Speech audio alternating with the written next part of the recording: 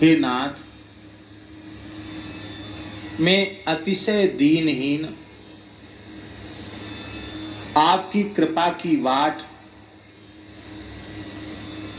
निरंतर देखता रहता हूं, कृपा की राह जोहता रहता हूं, कृपा की बाट देखता रहता हूं।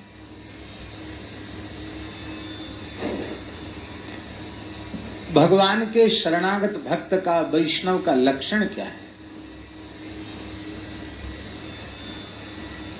जो भगवान की कृपा का निरंतर अनुभव करे,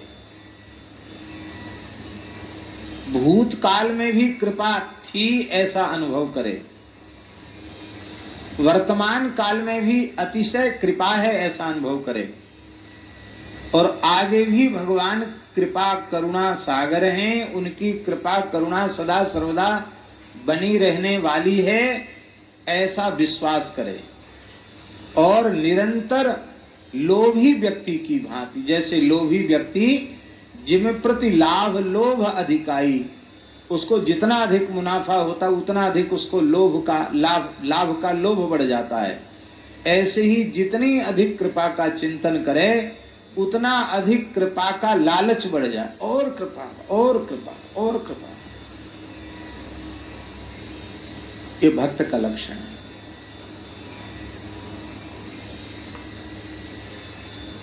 संसार का कोई भी प्राणी ऐसा नहीं है जिस पर भगवान की कृपा न हो।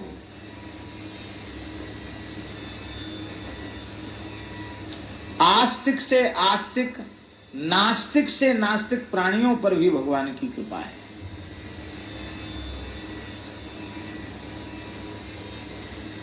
कृपा के बिना कोई आधे क्षण भी जीवित नहीं रह सकता।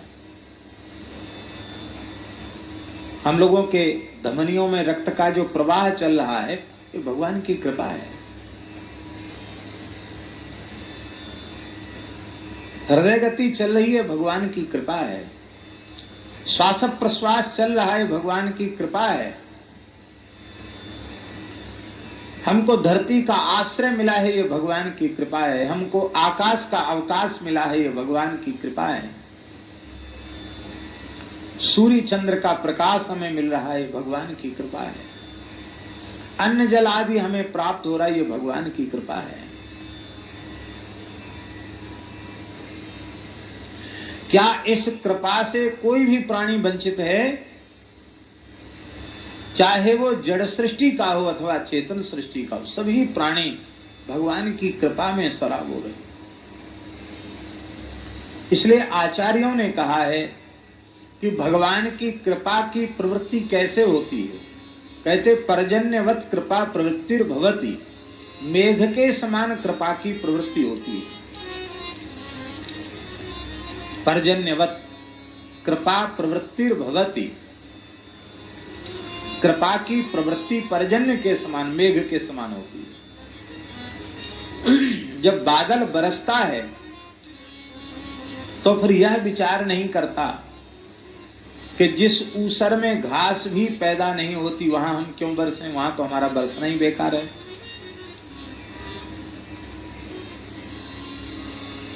जिस पर्वत शिखर पर पानी ठहरता ही नहीं, एक बूंद नहीं रुक सकती, डर के नीचे आ जाता है लुढ़क के, उस पर्वत शिखर पर मैं क्यों बरसूं?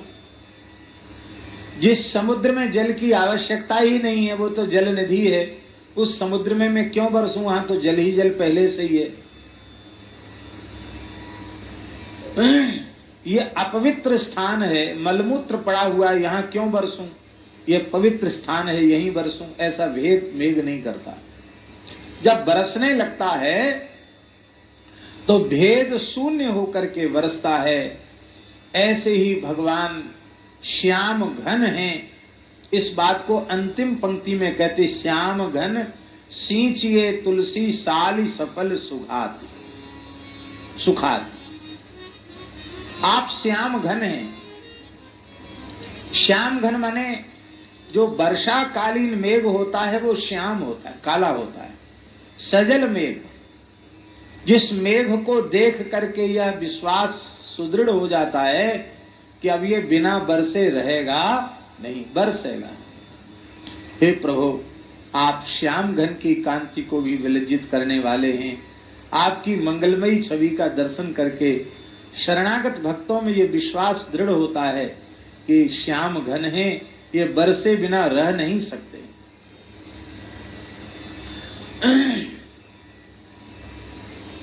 कृपा सबके ऊपर है, सभी प्राणियों पर भगवान की कृपा है, कोई कृपा से वंचित नहीं है।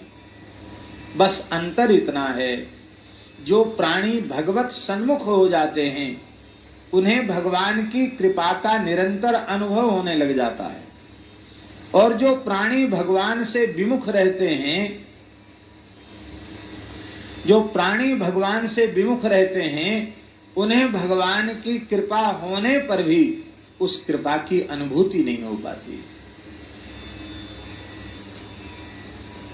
खूब जोर का पानी बरस रहा है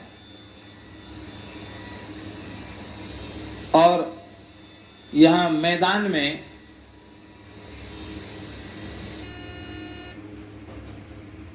उल्टा पड़ा है बर्तन, भगोनी, कढ़ाई अथवा कलश उल्टा है, तो बरस तो उल्टे पर भी रहा है, पर वो उल्टा होने के कारण उसमें एक बूंद भी ठहरती नहीं, जाती नहीं भीतर। और जो घड़ा सीधा है, जो पात्र सीधा है, उसमें बरसता ही नहीं है, बरसते बरसते लबालब भर जाता है और भरने के बाद बाहर भी छलकता रहता है, बाहर भी बहने लग जाता है। संत सद्गुरु के मानव के जीवन में इतनी सी ही भूमिका है कि वे औंधे पड़े हुए इस पात्र को, बर्तन को, जो भोगों की ओर, संसार की ओर मुंह करके भगवान की ओर पीठ करके उल्टा पड़ा है, उसको सीधा कर देते हैं, भगवत सन्मुख कर देते हैं। और जब जीव भगवत सन्मुख हो जाता है, कृपा का अनुभव होने लग जाता है, फिर वो हृदय से कह उठता है, हरि तुम बहुत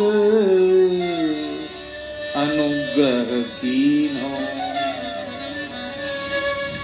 साधन धाम विबुध दुर्लभ तन,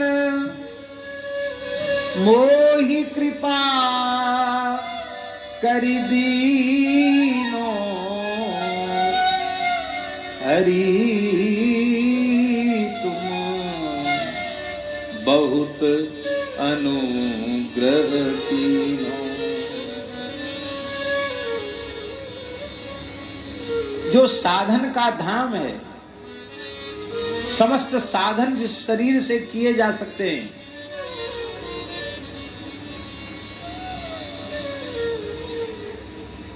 जो शरीर देवताओं के लिए भी अभिलषित है, दुर्लभ है,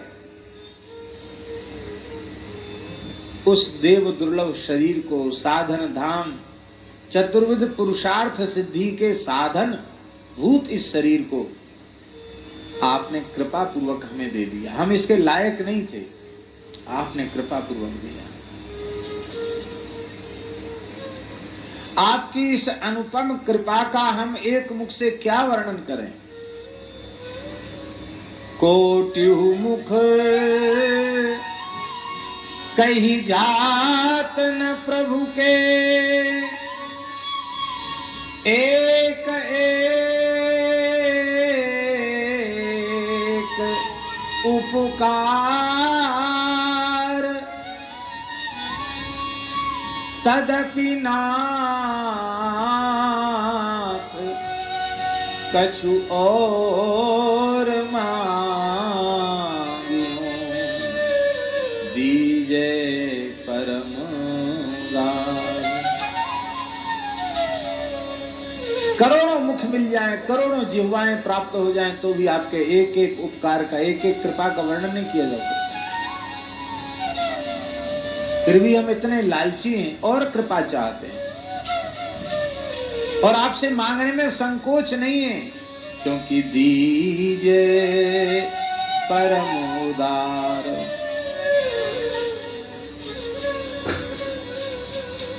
क्या बात है भाई, क्या मांगना चाहते हैं? ले हमारी समस्या का समाधान मांगना चाहते हैं, हमारी समस्या का समाधान कर दीजिए। समस्या क्या है? विषय बारी मन मीन, विषय रूपी जल है, मन रूपी मछली है, भिन्न नहीं होत कबहू छिन एक। विषय रूपी जल से मन रूपी मछली एक क्षण के लिए अलग नहीं होना चाहती। जैसा मछली को जल से प्रेम, ऐसा हमारे मन को विषयों से प्रेम है।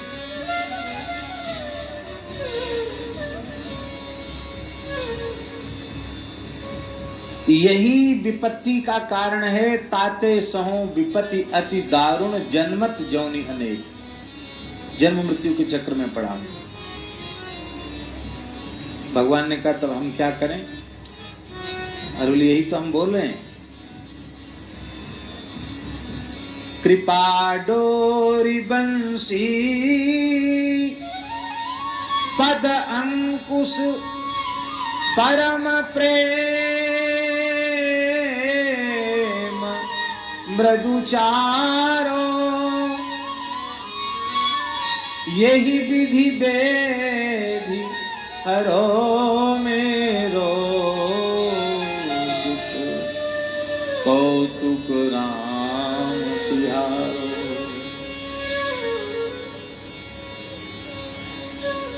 मेरा मन तो मछली है, संसार विषय रूपी जल का समुद्र है, इसी में हमारा मन रूपी मछली पड़ा हुआ है।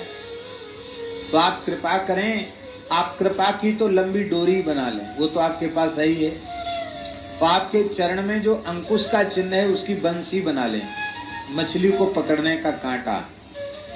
और आपका जो जीवों के प्रति वात्सल्य है ना, उस वात्सल्य का दाना चारा उसमें लगा दें और इस विषय रूपी जल में छोड़ें।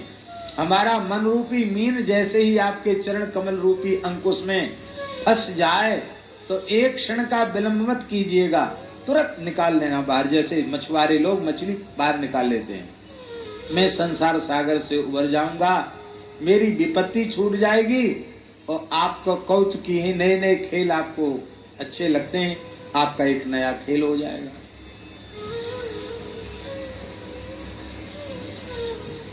कैसी कैसी युक्तियों से भगवान की कृपा की भीख मांगी है महापुरुषों ने, आचार्यों ने।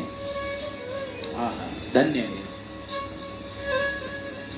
हे प्रभु, मैं दीनहीन की तरह करुण क्रंदन करता हुआ अहरनिश आपकी कृपा की ही बाट जो होता रहता हूं। आपकी कृपा है, अनंत कृपा थी, अनंत कृपा है, अनंत कृपा रहने वाली है। ऐसा नहीं कि हम केवल भूतकाल में कृपा का चिंतन करते। बहुत से लोग ऐसे होते जो कहते महाराज क्या करें, पहले तो भगवान की हमारे ऊपर बहुत कृपा थी, लेकिन अब तो पता नहीं क्या भगवान भी नाराज हो गए हैं, भगवान की कृपा कुछ ढीली ढाली लग रही है।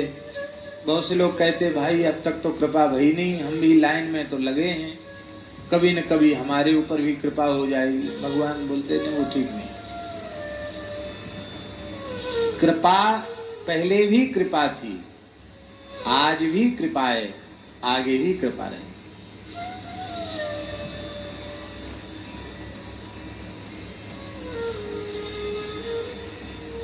निर्वाण दायक क्रोध जाको, जिसका क्रोध भी निर्वाण देने वाला हो।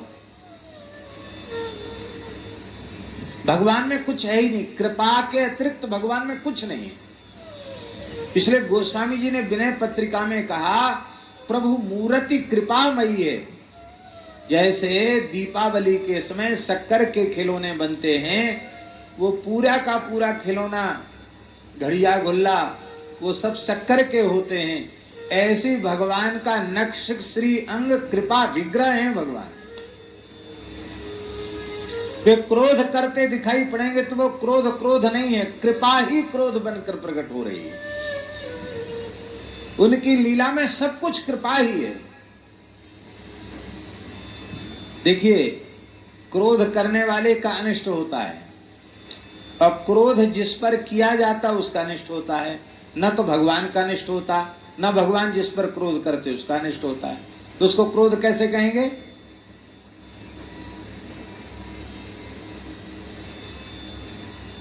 काम जिसमें जगता है उसका अनिष्ट होता है, और जिसके प्रति काम जागृत होता है उसका भी अनिष्ट होता है। उसका कोई अच्छा थोड़ी होता है।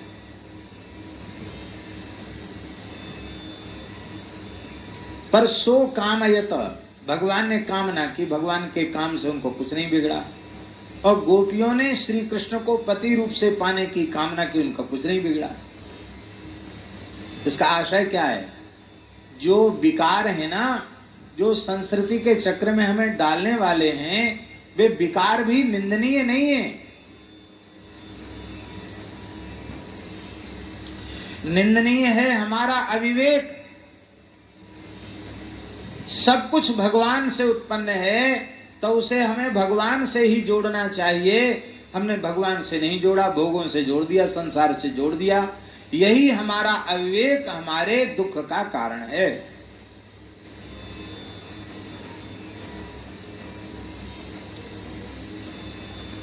हमको कोई भी विकार ऐसा बता दो जो भगवान से जोड़ने पर कल्याण जीव का न हो जाए,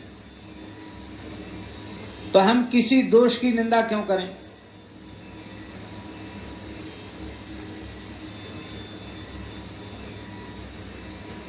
लोभ है सर्व पाप को मूल।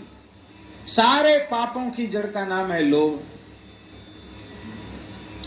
और भगवान के दर्शन का लोभ हो जाए तो, भगवान की कथा सुनने का लोभ हो जाए तो, भगवान के नाम जप का लोभ हो जाए तो, हमने अपने लोभ का संबंध भगवान से जोड़ दिया। तो जो लोभ सर्व पाप का मूल था, वही लोभ कल्याण का मूल बन जाएगा।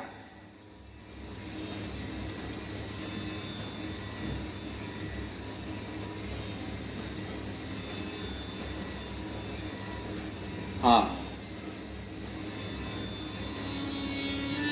इसलिए 10वें स्कंद पूर्वार्ध में ब्रह्मस्तुति में ब्रह्मा जी ने कहा, आपके नित्य धाम की प्राप्ति का अधिकारी कौन है?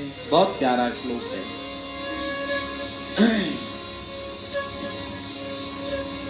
तत्तेनुकंपा सुसमीक्षमाणो, तत्तेनुकंपा सुसमीक्षमाणो, भुञ्जान एवात्मकृतं विपाकम्, भुञ्जान एवात्मकृतं विपाकम्, हृद्वाग्वपुर्भिर्विदधन् नमस्ते, हृद्वाग्वपुर्भिर्विदधन् नमस्ते, जीवेतयो मुक्तिपदे सदाय भा, जीवेतयो मुक्तिपदे सदाय भा।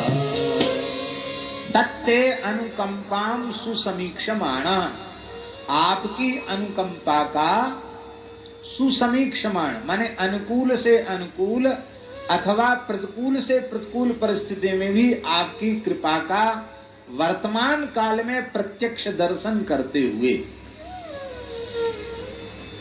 अपने शरीर में जो दुख सुख आया है उसको आत्मकृतम इति मत्वा, ये हमारा अपना किया हुआ ही हम भोग रहे हैं, ऐसा मान करके सुख पूर्वक भगवान की कृपा का अनुभव करता हुआ अपने शरीर के प्रारब्ध जन्य दुख आदि का भोग कर ले। भुंजान एवात्मकृतम विपाकम। कितना धैर्य होता है भोगने में, विचार कीजिए। आपने अड़ींग देखा है? अड़ींग गिरिराज जी के पास में अड़ींग, तो मथुरा रोड, गिरिराज जी से मथुरा रोड पे जाते हैं तो अड़ींग आता है। अड़ींग में एक कमल कुंड है। उस कमल कुंड के पास एक संत रहते थे। गौड़ी इस परंपरा के संत थे, बड़े भजनानंदी संत थे। अत्यंत निष्काम भाव से अहर्निश भजन करते थे। वृद्ध थे, एक शिष्य उनकी सेवा में रहता था, क्योंकि शरीर बहुत वृद्ध था। और वो शिष्य भी ऐसा था, गुरुगत प्राण था, माने गुरु सेवा में प्राण समर्पित करके प्राणपण से लगा हुआ शिष्य था। निरंतर गुरु जी की सेवा करता, अहर्निश गुरु जी की सेवा करता।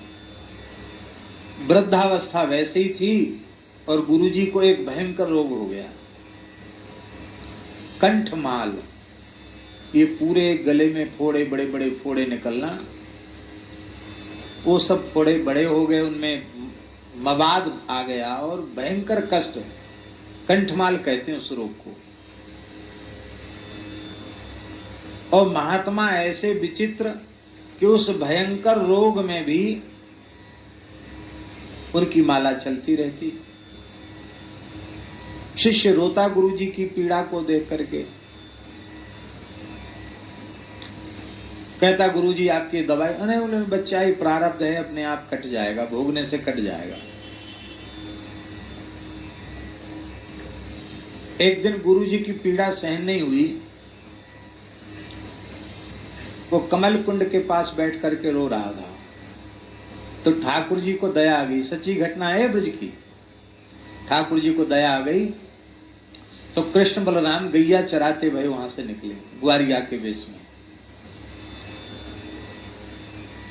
ग्वारिया को भेष धरि गायन पे आवे। ग्वारिया के भेष में ठाकुर, अरे बाबा काई को रो रहे, हमारे गुरु जी के ये हो गया, बीमारी हो गई बहुत, हम उनसे दुखी हैं इसलिए रो रहे हैं। गुरु जी तो कुछ नहीं, वो तो सह लेते हैं, पर हम नहीं सह पा रहे हैं, ऐसे सब पस चूरा है, कितनी पीड़ा होती होगी। तो ठाकुर जी बोले, देख बाबा तेरो गुरु बड़ो हठी है, वो नेक मन में संकल्प कर ले ना तो स्वस्थ है जाएगा। अपने ठाकुर जी ते प्रार्थना कर ले तो स्वस्थ है जाए, पर वो प्रार्थना ही नहीं करे, न स्वस्थ है वे को संकल्प करो तो वह भाई में वाय आनंद है, कहाँ की हो जाए। बोले नहीं हमारे गुरु जी तो स्वस्थ होना चाहिए। बोले तो कोई बात नहीं, ले ये लूखरी ले जा। लूखरी माने जड़ी। तो जड़ी ले आए, ठाकुर जी कोई घास सी उखाड़ के ले आए। बोले इसको ऐसे ऐसे कमंडल में ऐसे ऐसे पीसना और उसका पानी इस रात को लगा देना, ठीक हो जाएंगे। गुरु जी रात को लेटे, घाव सफा किए, कपड़े से पोछे, अब पोछ करके जैसी वो औषधि लगाई। सवेरे जब उठे गुरु जी तो पीड़ा कष्ट तो नहीं ही था, वो घाव के चिन्ह तक नहीं थे, एकदम ठीक। तो प्रसन्नता होनी चाहिए कि नहीं? असाध्य रोग ठीक हो गया चमत्कार के रूप से, इस बात से प्रसन्नता होनी चाहिए थी। पर गुरुजी बड़े नाराज, बोले क्यों रे? ठाकुर जी ने हमको माला पहनने के लिए दी थी, तो मेरी माला कहाँ गई? कौन सी माला? बोले भाई कंठमाल बीमारी कहाँ चली गई?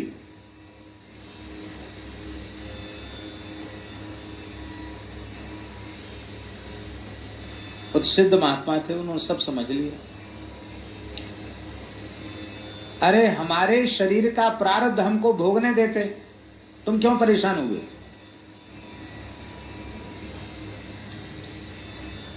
अब तुमने हमसे बिना पूछे अपनी इच्छा से काम, निकल जाओ सेवा से, अब तुम मत आना हमारे पास। बोला महाराज चाहे जितनी कठोर सजा दो, ये दंड मत दो। ले एक ही शर्त है हमारी, माला वापस ला, नहीं तो जा यहां से, करिया मोह करे यहां से। अब बेचारा शिष्य आके फिर सरोवर बैठ के फिर रोने लगा। हे भगवान, गुरुजी तो बहुत नाराज, क्या किया जाए? कहते खाएंगे पिएंगे नहीं, हमारी माला लाओ। तो ठाकुर जी फिर गैया चराते हुए, चराने के लिए सवेरे सवेरे ठाकुर जी फिर निकले।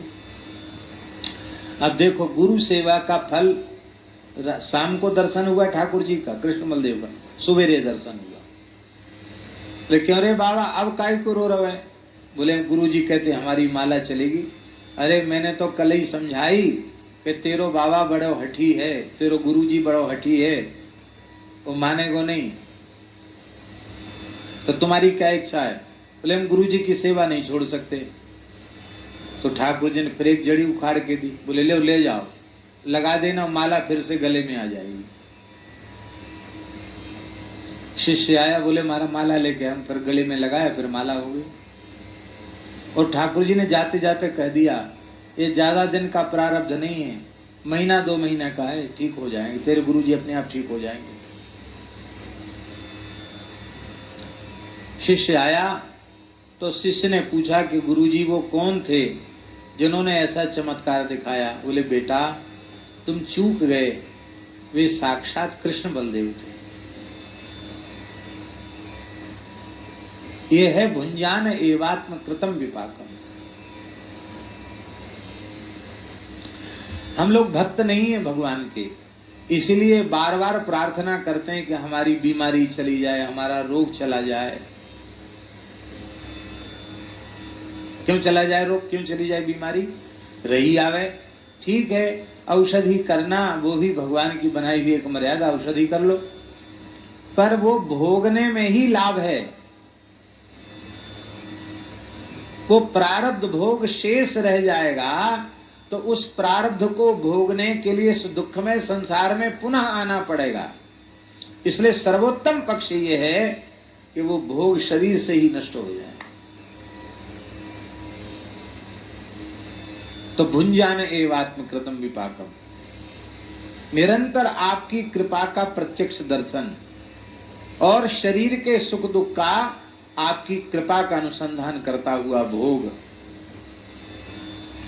और हृदय से, वाणी से, शरीर से भगवान को, भगवान की विभूतियों को प्रणाम वंदन, इतना काम कोई जीव करे, साधक करे तो मुक्ति है चरण कमलों में जिनके, ऐसे श्री कृष्ण की प्राप्ति का वह अधिकारी हो जाता है, अथवा मुक्ति पद की प्राप्ति का अधिकारी हो जाता है। अधिकारी कैसे हो जाता? दाय भाग। दाय भाग माने होता है जैसे पुत्र अपने पिता की पैतृक संपत्ति का स्वाभाविक अधिकारी होता है, ऐसे ही भगवान की प्रेम रूपी संपत्ति, भक्ति रूपी संपत्ति, मुक्ति रूपी संपत्ति का वह स्वाभाविक अधिकारी बन जाता है। बोलो भक्तवत्सल भगवान की जय।